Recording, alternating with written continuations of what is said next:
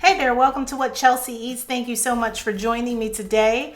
I am going to share with you what I got from True Leaf Market, and I'm going to show you how to grow some sunflower microgreens. So if you'd like to see how I do it, please stay tuned. I purchased this back in the winter and it's now June, and I cannot believe that I'm just now opening this box. But I've got some coconut expanding soil. It's coconut core is what they call it, but it has all the nutrients necessary for the growing of any kind of microgreens you would like. Whether you decide that you are going to grow microgreens yourself or just buy them from the store, they are important to add to your everyday diet, or at least a few times a week.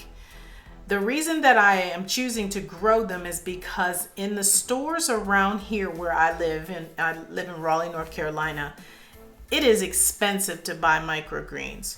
So for just a few cents a day, you can grow your own microgreens and have plenty, probably more than you actually need to eat in a whole day if you grow it yourself. The coconut core from True Leaf Market comes in blocks of 3, and each block has 1.5 gallons of soil. So about half of the block actually fills the tray that you see at the bottom of my box. But right here is my sunflower greens, and I'm gonna open it in just a second so you can see what it looks like. I bought 5 pounds of sunflower microgreens. These are the black oil sunflower seeds. There's different varieties. These are my favorite. These are the ones that I'm used to eating because this is what is sold in my local grocery store. And for one small bag of them at Whole Foods Market, it costs almost $8. But just so you know, this tray is a full tray of microgreens that is a standard size. And those bricks I just showed you for the coconut core, half of a brick fills up one of these large trays. I purchased 2 different types of trays. One of the trays is solid and the other tray has holes in it. The one that has holes in it is the one where you put your coconut core in and you plant your seeds, and when you water it, the water will go through the tray and drain into the solid tray. Now for the sunflower seeds. These are raw sunflower seeds that are still in the shell. So I used my food scale to measure out 100 grams of sunflower seeds, but if I had this to do over again, I would probably use 125 or 150. If you don't want to use grams, just convert it to ounces. And then what you want to do is soak your seeds overnight, at least 8 hours, 6 to 8 hours, but you can soak them up to 24 hours.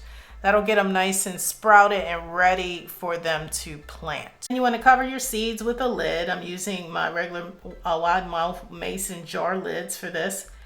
And then while they're soaking, all you have to do is get your soil ready so that you can plant these bad boys when they're finished soaking.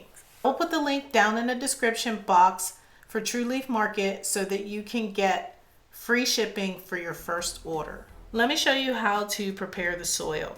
I wish I could cut this block in half because that's all I needed for the tray, but it's almost impossible to cut this block in half because they have it so packed in, which is no problem. We just soak the whole block and store the rest of the soil until you're ready to use it. I actually stored it in this bowl. I actually wrapped it tight. So I used half of it and then I saved the rest for later.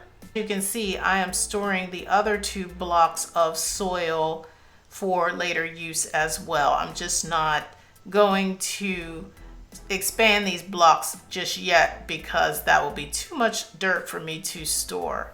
I don't have the space for it. So let us expand this block. Let me show you. The coconut core minute soil comes with some instructions.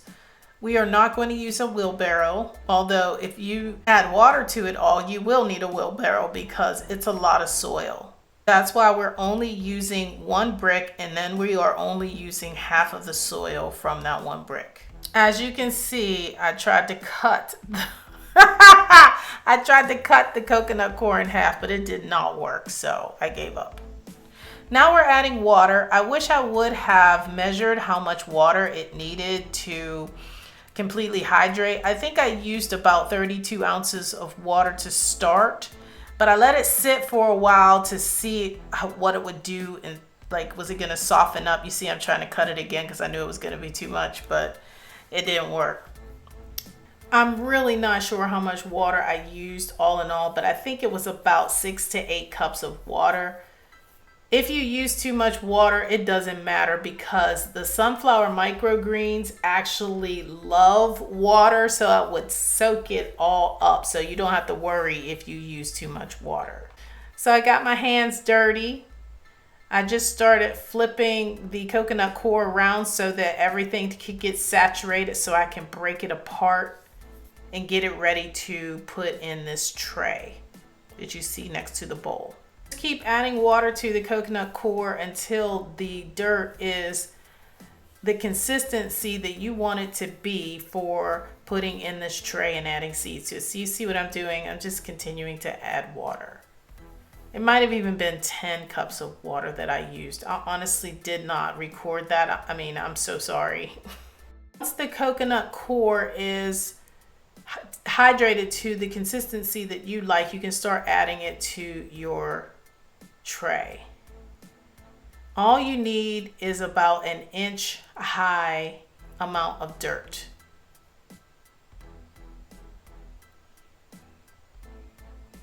You may even be able to get 3 trays out of this one brick, which would be excellent because it's saving a lot of money.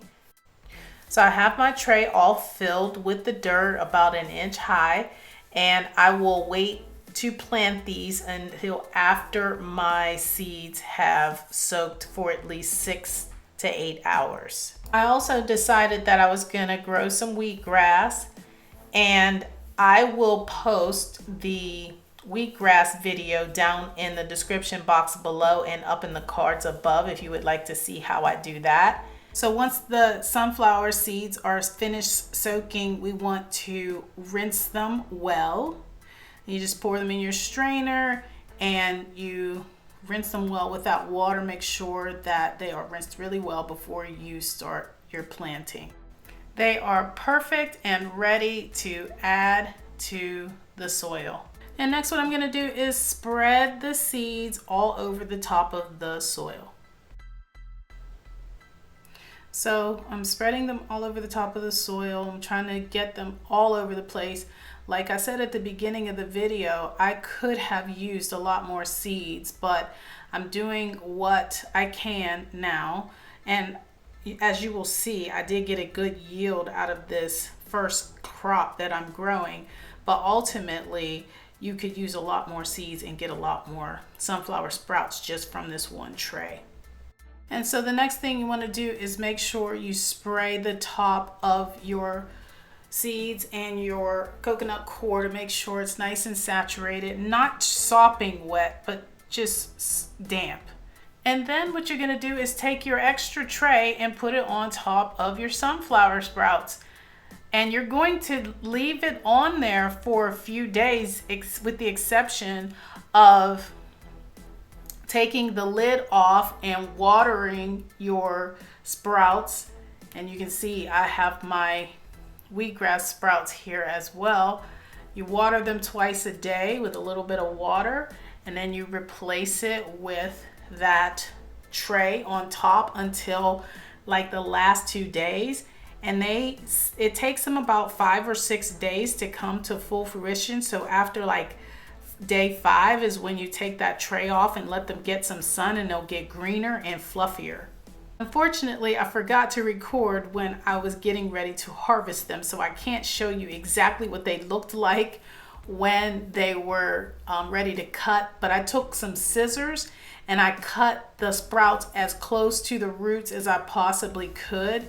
and I got a large colander full of sprouts. I washed them, laid them on paper towels to dry a little bit, and then I stored them in my refrigerator in a baggie wrapped in paper towels. I hope you liked this video. Also, if you would like to see how I grow wheatgrass and the benefits of wheatgrass juice, how about clicking on one of these videos to learn more?